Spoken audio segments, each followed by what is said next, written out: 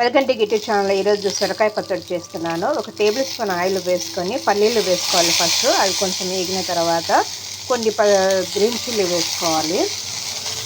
ఇప్పుడు ఇందులో కొంచెం జీలకర్ర వేసుకోవాలి. ఇలా వేయించుకోవాలి. ఇప్పుడు ఇవి వేగిపోయినాయి. అవి తీసి పక్కన పెట్టుకున్నాక 1 టేబుల్ స్పూన్ మళ్ళీ ఆయిల్ వేసుకొని ఇందులో కట్ చేసుకున్న కొన్ని టమాటాలు ఇందులో వేసుకోవాలి. ఇలా సొరకాయ వేసుకొని వేయించుకోవాలి. ఇందులో చింతపండు కూడా వేసుకోవాలి. ఇలా ఇవి వేగిపోయినాయి, ఇలా వేయించుకోవాలి.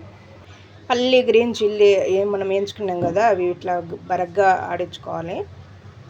ఇలా వేయించుకున్న సొరకాయ అవన్నీ వేసుకొని చివరిగా వెల్లుల్లి రెబ్బలు వేసుకోవాలి. కొంచెం తగిన సాల్ట్ వేసుకోవాలి. బరగ్గా ఆడించుకోవాలి. 1 టేబుల్ స్పూన్ ఆయిల్ వేసుకొని ఇందులో ఆవాలు, జీలకర్ర, శనగపప్పు, మినపప్పు వేసుకోవాలి. ఇంగువ వేసుకోవాలి. ఎండుమిర్చి వేసుకోవాలి. కరివేపాకు వేసుకోవాలి. ఇవి వేగిపోయినాయి. కరివేపాకు వేసుకున్నాక వేగిన తర్వాత మనం మెత్తగా గరిగ్గా ఆడిచ్చిన ఇది వేసుకోవాలి. ఇదిగంటే సొరకాయ పచ్చడి రెడీ.